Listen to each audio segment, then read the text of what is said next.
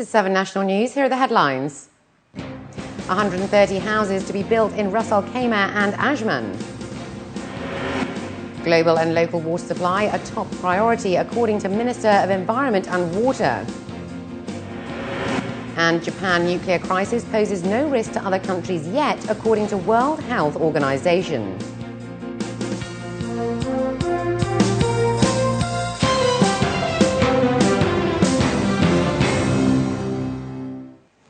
And in our top story, the construction of 130 houses in Ras Al Khaimah and Ajman are set to begin with immediate effect.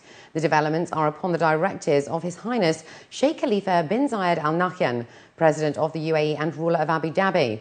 The plan aims to increase the developments in the Northern Emirates and to provide better living standards and services for Emirati families. The placement of 100 houses in the Al Jazeera Al Hamra area of Ras Al Khaimah have also been approved with immediate effect, as well as replacing 30 houses in the Al Manama and Al Nasim areas of Ajman. His Highness Sheikh Saud bin Sakir Al Kazmi, Supreme Council member and ruler of Ras Al Khaimah, has received Hussein Al Nowais, chairman of the board for the Khalifa Fund for Enterprise Development, along with its other members. The Khalifa Fund has doubled the capital of its fund from 1 billion to 2 billion dirhams and will expand the scope of its services to cover all of the UAE Emirates. Sheikh Saud said that the packages of initiatives ordered by the President of the Northern Emirates, starting from raising the fund's capital and launching the Khalifa Emiratization Empowerment Fund to increase investment in the electricity and water sector, would have far-reaching impact in creating a new generation of young UAE businessmen. He added that this new generation would be capable of prodding the national economy, stimulating socio-economic development and boosting the productive capacity of UAE nationals. For his part, Al Nowais said paid tribute to Sheikh Saud for allocating plots of land for the beneficiaries of the fund's services. In the coming period, he added, the fund will focus its activities on industrial projects in the areas of plastics, steel and aluminium. It's World Water Day today, and the Minister of Environment and Water, Dr. Rashid Ahmed bin Fahed, has reinforced the UAE's commitment to ensure adequate water supply for the country's population. He said in a statement that the supply-demand ratio has always been a top priority despite the challenges faced, and that the population has always been able to receive a sufficient supply over the years. He added that the rise in population, the rapid pace of development, the changing patterns of consumption and the impact of climate change have had the most influence on water resources at both global and local levels. This year's World Water Day is running under the theme Water for Cities, responding to the urban challenge. Deputy Head of Mission at the Japanese Embassy, Setsuo Omori, has thanked Emirati support for Japan in light of the massive earthquake and tsunami victims. He pointed out the importance of coordination between the two countries to overcome the catastrophe, noting that around 400,000 people have lost their houses.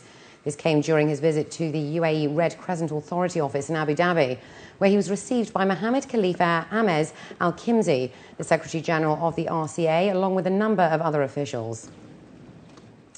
A world-leading IVF clinic will start treating fertility patients as it launches the state-of-the-art centre in Dubai.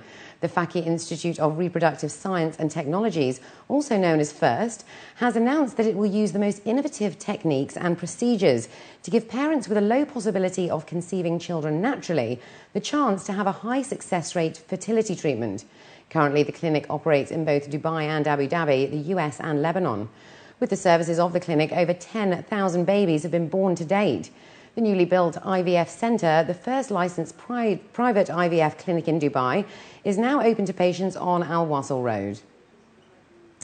Now, falconry is a well-known and beloved sport in the Middle East, especially in the UAE. And as with any sport, there are bound to be injuries. But have you ever wondered what happens to an injured falcon? Well, June Wrigley takes us to the Abu Dhabi Falcon Hospital to find out more.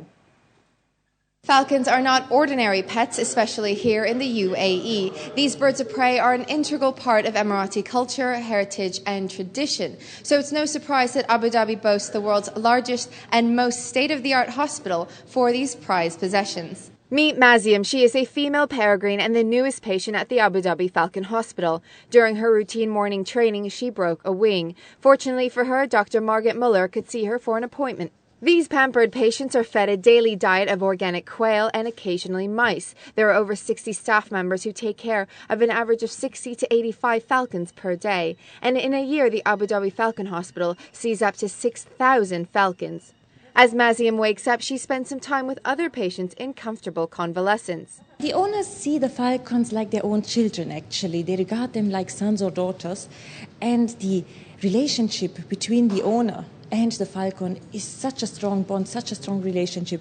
It's actually really mutual love. The owner loves his falcons like his child, and the falcon also loves the owners. They know the owners, they recognize the owners, so there is a very, very strong relation. They bring their falcons here for routine examinations, for preventive checkups, for example, to be sure that falcons are healthy. However, we also have falcons who have accidents. For example, they're flying somewhere for training in the desert and they might hit, so they come to us. And of course, we are also doing advanced treatment for broken legs or broken wings or really major injuries.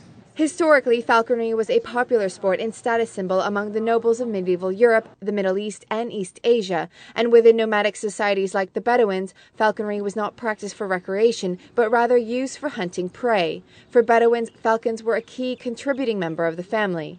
Bedouins in former times used falcons to hunt meat, to help their families to survive in the desert. So for this reason, falconry here in Abu Dhabi in the Middle East was not just something for the upper class people, it was for everybody, for all Bedouin families. And this means that falconry here goes through all social classes, and that's the beauty in it, because it's not just something for very wealthy people, it is for everybody here. Today in the UAE, hunting for sport or food is banned, but the love for these majestic birds hasn't changed. These birds are more like members of the family, or as Dr. Muller explains, falcons are the children of the Bedouin. These birds even have their own passport and are microchipped. And for birds like Maziam, they are definitely part of the family. June Wrigley, 7 National News. Students, senior citizens and people with special needs that wish to apply for discounted Knoll Blue cards must present their national ID cards, not their passports, in order to get a discounted fare. The Road and Transport Authority has said that passport copies will not be accepted when applying for the cards, which many applicants have been doing recently. Officials reiterated that this is the first RTA service for which the national identity card has been made mandatory. Applications can be made either online or at ticket counters at metro and bus stations. And looking abroad now, Gregory Hartel, spokesman of the World Health Organization, has stated that no other country is affected by Japan's nuclear crisis as yet.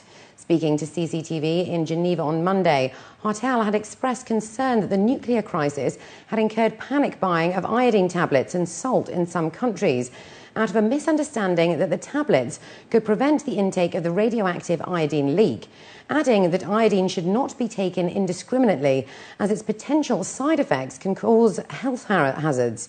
He said that as the immediate zone of the reactors has endured plenty of rainfall recently, some drifting radioactive substances have dropped on the ground near the nuclear plant.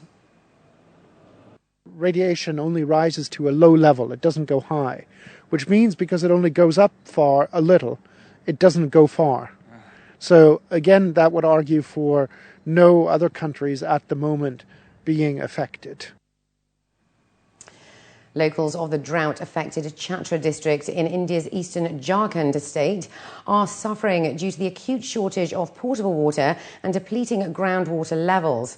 Many villagers have left their homes, while others are being forced to sell off their livestock due to a lack of fodder for the animals. The villagers have expressed their disappointment to the authorities for negligence.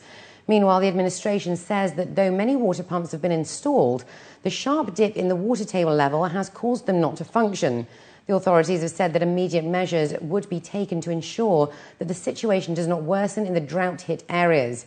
India depends heavily on monsoon rains, as only 40% of its farmland has access to irrigation facilities.